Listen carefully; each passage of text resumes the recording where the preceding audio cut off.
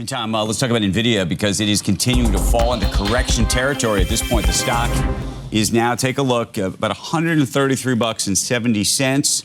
Joseph Moore is Morgan Stanley semiconductor analyst. Good morning to you. Where's the floor? Where's the bottom here? Is there one? And what do you think the fair value of this company really is? Hi, good morning. So I think we're wrestling with a couple of things. We have this transition to Blackwell. And so your product Hopper, which is still driving the majority of revenues, is starting to slow down, as you would expect to see. And there's a lot of enthusiasm now for custom silicon or ASICs, as we've seen with Broadcom and Marvell. I think those things are weighing on the stock. I still think when you think about 2025 and AI, the story is Blackwell, the product cycle that NVIDIA has. I think they're going to have a huge second half of the year. And I think we do have these transitional issues as we're moving there.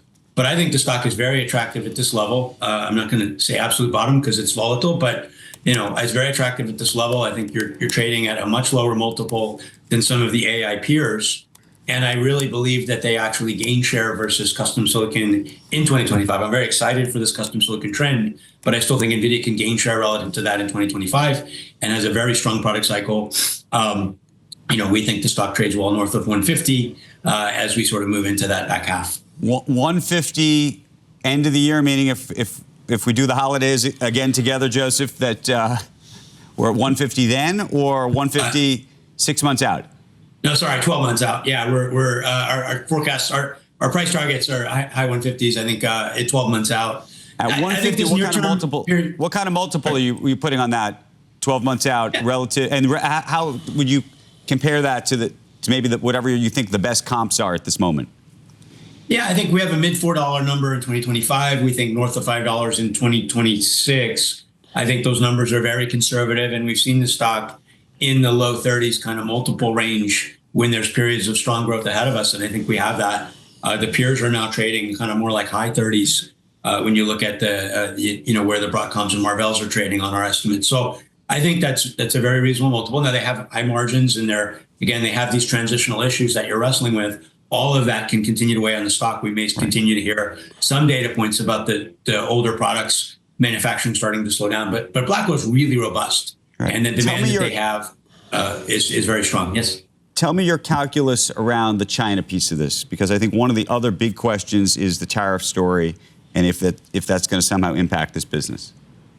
Yeah, well, they're already quite limited in terms of what they can do in China. They have a product called H20, which meets the U.S. export control thresholds. They've done, pretty reasonable volume of that product, but I think we're going to start to see that tail off just because those export control thresholds are so far below the state of the art of what Blackwell is going to be able to do that we're just going to see that slow down regardless. So I think that you're insulated from the Chinese market. I don't think there's a lot of expectations there. I think what you'll see is that a lot of the AI hardware will just be installed outside of China, and to the extent that Chinese companies are doing AI, they'll probably do that in locations outside of China. So I don't think the tariffs will have a lot of direct impact. I think, NVIDIA would like to serve those markets and would like to keep Chinese incumbent solutions or internal solutions from encroaching on their turf. But, they have the export control threshold, and that's what they're living with. And I think that will be a little bit of a headwind next year, but it pales by comparison. We got to run real quick, though. If you didn't buy NVIDIA, what would you be buying? What's your top pick for your entire space? Yeah, well, NVIDIA is our top pick outside the whole space. I think beyond that, Broadcom has been a name that we've really liked in the AI space. Obviously, had a huge run here in the last few days, but it's one where we think, NVIDIA will outgrow them in 2025, which is kind of funny that we're seeing these concerns. 26, 27, I think Broadcom growth will be quite robust as well. Joe, have you thought about just coming up with some type of like law just to use in your own sort of with your Morgan Stanley, like a Moore's law for covering semiconductors at this point? Do you think that would, you haven't done that? I'm not as commercial as I should be. I've had a few podcasts and things where we call it Moore's law, but I've never used that to my advantage. And obviously, see, Andrew, he's had a couple podcasts and called it Moore's law. See, I got it. There you go. But that wasn't you originally. You're not old. Afraid not. Yeah. Does it still work? I don't think it works anymore. Physics caught up with Moore's law. It doesn't work in the way that it did. We're not seeing the return to transistor scale that we did, and I think that's why innovative approaches like NVIDIA's have paid off. And we'll finish with NVIDIA.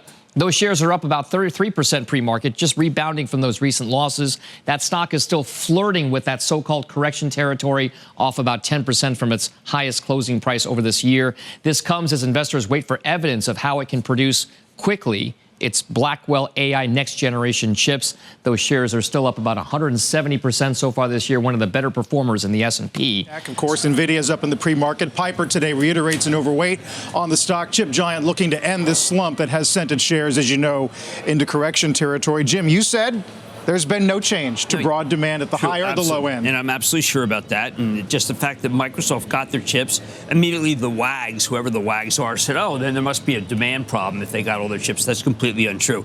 I do not like, as you know, Carl, an up opening. The people who bought it yesterday at 127, it will be heat-seeking missiles blasting that 133. You need a crescendo sell-off, and we did not have it yet. You said midday yesterday you thought we might be getting there. So it went 127, 128, but then it went to 130, then it backed right back to 128. David, there are sellers of NVIDIA because they've just decided, you know what? It cannot possibly be as good as last year. And I say it's going to be every bit as good. And at the January 6th keynote at CSS, you're going to hear things from Jensen Huang that are going to make you regret why you sold it at 127. When you say everything will be as good, do you mean the performance of the company, or you actually believe that the stock will also have that kind of performance it did this year? Despite the last 6 months of being flat, we're still talking about a stock that's, you can see. Well, the stock follows the performance, and the performance, there it is. The big it's problem, still up 170%. See, people don't remember what it was like when you went from the 386 to 486 to the Pentium. There are these gaps. There are these gaps where momentarily you're not shipping. This Blackwell turned out to be much harder to ship. That's their current chip. This was Hopper, the chips that Microsoft bought. It's not the current iteration, but they're very powerful. And I think that everyone, don't forget, Meta, which is just upgraded, or price target boost, said that Meta AI would be the most powerful. Right now, it isn't. Meta AI, I think it stops in like June 28th of 2023. But okay. The glasses that translate. Oh, yes. How about that? Yes. I have the other. I'm giving everybody the other glasses. That's my present to people. They don't watch. Nobody watches in my family, so it doesn't matter. But yeah, I got the glasses. The ones that If you have an extra pair, let me know. The ones Joanna Stern is the reviewer at the Wall Street Journal of all these tech things, very positive about them. I mean, if the actual Ray-Bans are so cool. You can take pictures, and you can talk to it. You can have a great time. You've been critical of the information, but they do have a piece up saying that NVIDIA's cloud service could rival AWS potentially one day. Well, I think they just kind of felt the heat of having never said a single good thing about NVIDIA during one of the greatest runs in history. Other than the fact it's bad, this or that. I mean, they have been, it's like they have a Gix on NVIDIA. A what on NVIDIA? A Gixa. Never mind. Nope. You're not either? David looks okay. to me. Every so often he gets it when I don't. Okay, that would be like me buying tickets to the right now to the Super Bowl. No. Oh, what jinx? Jinx, yeah. They just say these things that are just, I mean, it's incredible. If you followed them, you really would believe that company is going the way of EV charging station. ASIC competition, custom silicone, scaling walls, peak capex. Custom silicon works in. Remember, Broadcom and Marvell Tech work with the GPU. They can't supplant the GPU. Amazon would love it if Trainium could possibly keep up with the GPU, with the NVIDIA GPU, but they have to buy a tremendous number of NVIDIA GPUs. They still do. Everybody does. We talked about this yesterday. We'll say it again today. Nobody's supplanting it. But again, but you believe that the financial performance of NVIDIA will be equal this coming year to what we saw in 2024. Now we're through the transition. Now there's music being played in my ear, which says we have to go. But So NVIDIA, Bill, out of correction. Right, that's like the important thing because it has been slipping a little deeper and a little deeper and a little deeper in. Barron's headline today says NVIDIA stock looks dead in the water.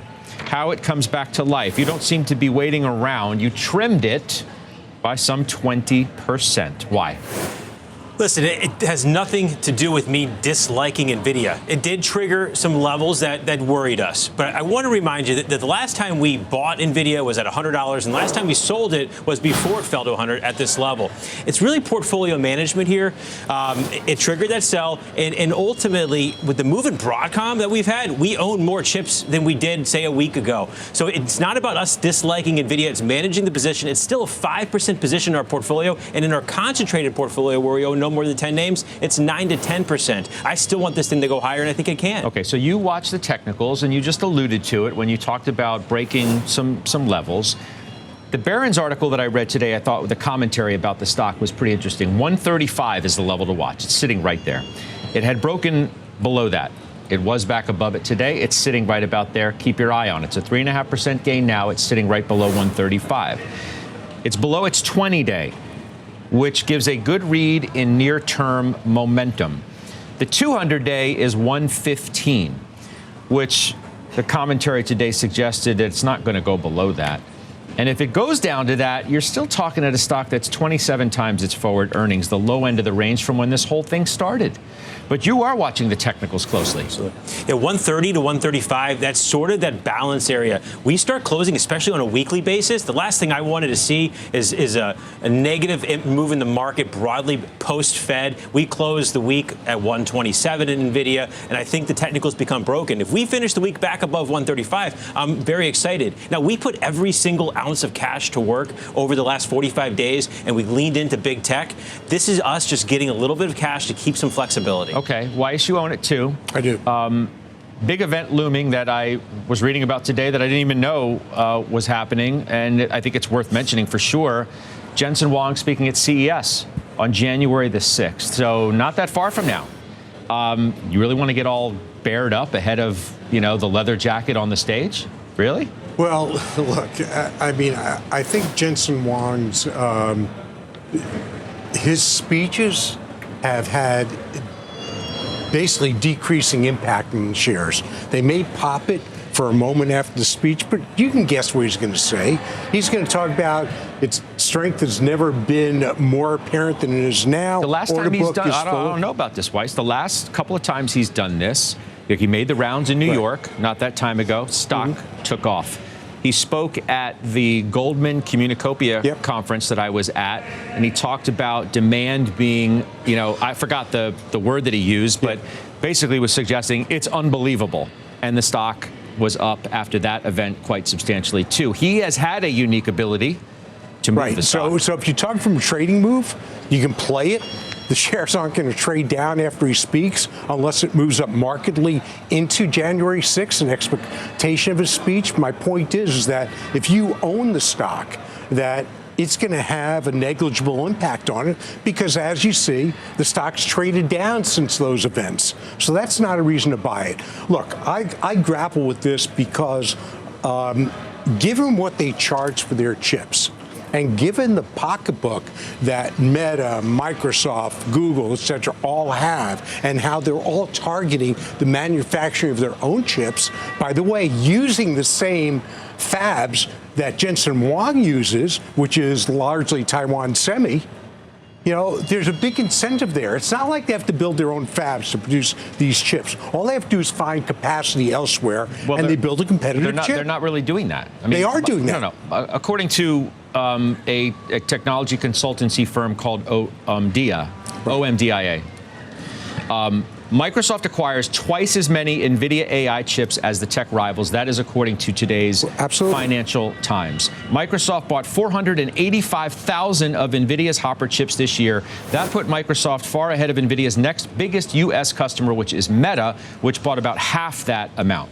Right. I'm not saying they're not buying now. I'm not saying their chips right now are competitive with NVIDIA. I'm saying they're hugely incented to build chips, design chips that are competitive, and that, in fact, is what they're doing.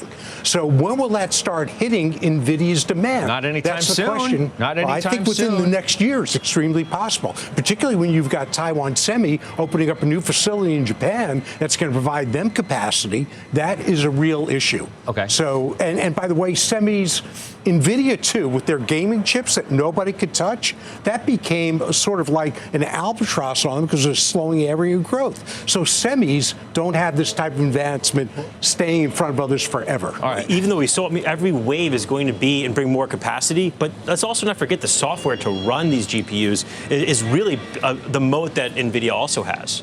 Joe? Look, last 6 months, the momentum for NVIDIA is basically flat. You score it a 0. That's what it is. You pull the lens back over the last 12 months on a scale of 1 to 10, it still scores as an 8. So that's because the marginal buyer's already in there as well. You can make that argument. Whatever the argument might be, that is the actual momentum score. In the near term, to your point, the 20-day, I'd call it a -2 at this point.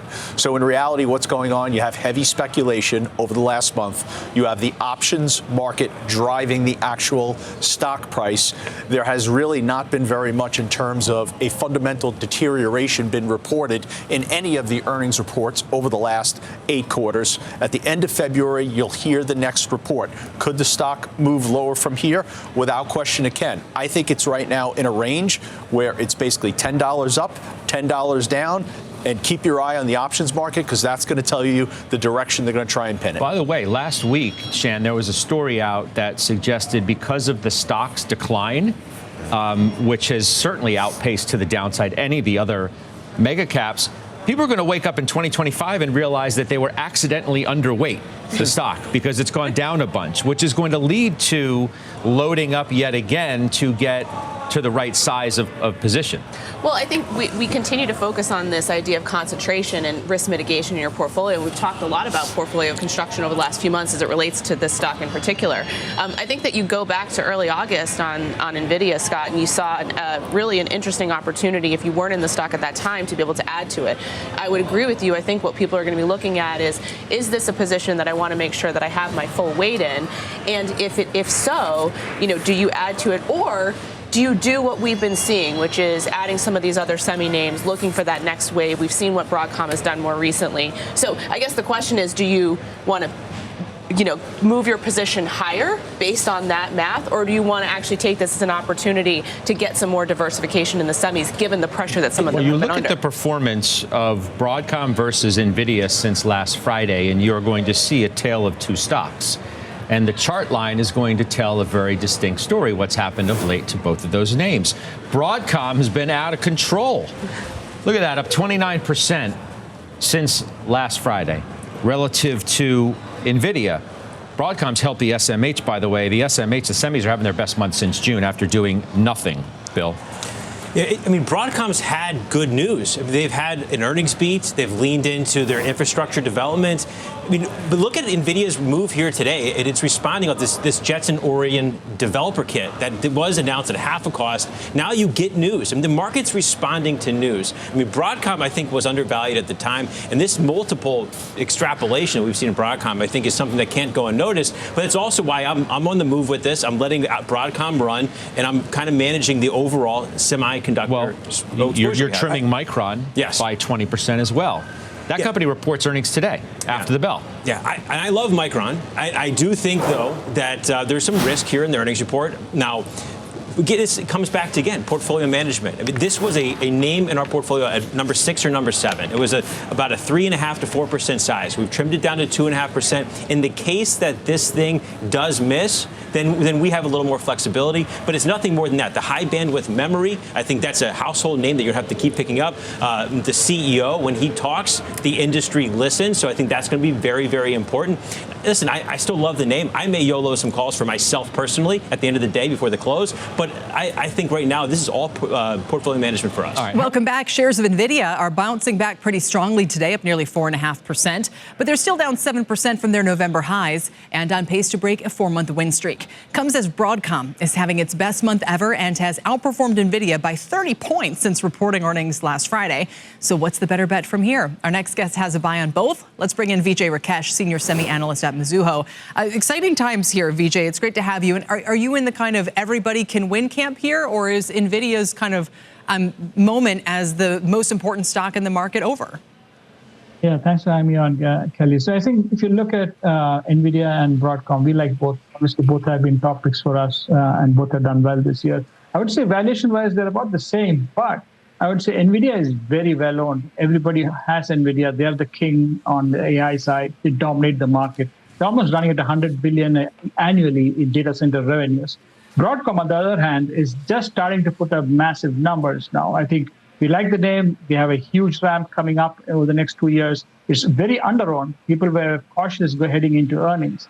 And so we think there is probably some more legs left to the run there, given that it's much less owned than NVIDIA. For Broadcom, right. So, I was writing about it the other day, and a lot of people said, I had no idea, about Broadcom. So you're right. It's going to take a little while to penetrate the consciousness. Maybe that's a tailwind. What about NVIDIA? Yeah, I think NVIDIA will do very well. I think what we saw in the last 2 weeks is a little bit more, I would say, people getting excited around quantum compute. And so you saw a little bit of a softening on NVIDIA and a little bit some of the focus moving to the quantum computing names. So that said, I think NVIDIA is still, the leader on the AI side by far. They dominate 90% plus of that market. And that's a market that's growing 90 billion, 100 billion this year, going to almost 160 billion plus next year. So massive market for NVIDIA, and they dominate that. So we continue to like the name. I think maybe it's a little bit of a pause, but not a name to be let go. I think this is going to be a huge name for 2025. You have a $175 price target. One more question on this, and I want to ask you about Tesla. But in the case of NVIDIA, do you think that there is a shift going in the AI world? And maybe you know more about what's going on, sort of the latest of what's going on than I do. But is there a pivot where it's gone from this kind of massive rush to build out these huge data centers and just do huge model pre-training to inferencing and time test and compute and all of that? And does that actually, lesser favor or require NVIDIA? Not really. I think when you look at inferencing, it's already 50% of the workload. And when you look at NVIDIA, their GPUs can be dynamically shifted between training and inferencing. The hyperscalers can allocate whatever capacity workload they want to training during the night and inferencing during the day or however they want it. But it's very fungible. But you will see inferencing continue to grow. And that's why there's a little bit of an opportunity for custom silicon as well, where you see Broadcom and others start to gain some traction. Yeah, Marvell as well, much smaller player, about $100 billion market cap.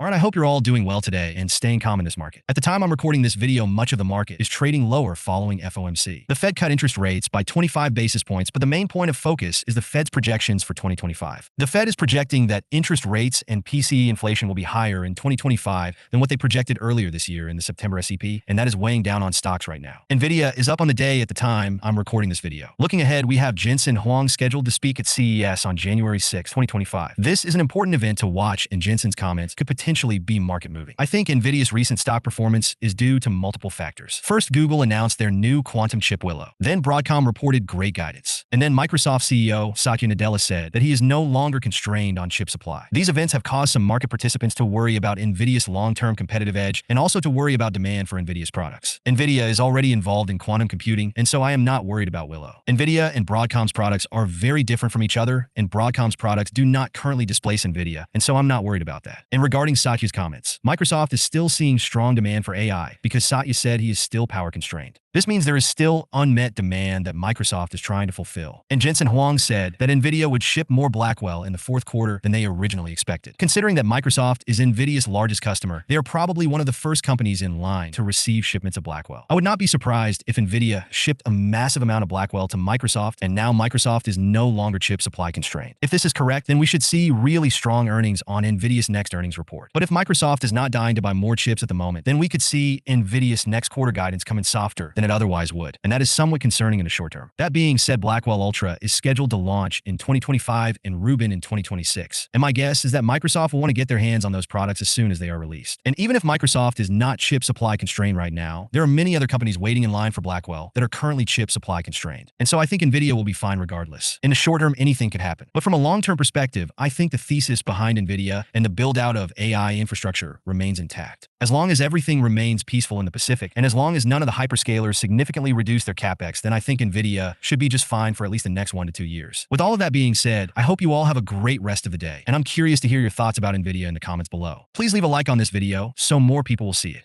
And while you're down there, please consider subscribing. It's free, and you can always change your mind. Thanks for watching, and hopefully I'll see you in the next video.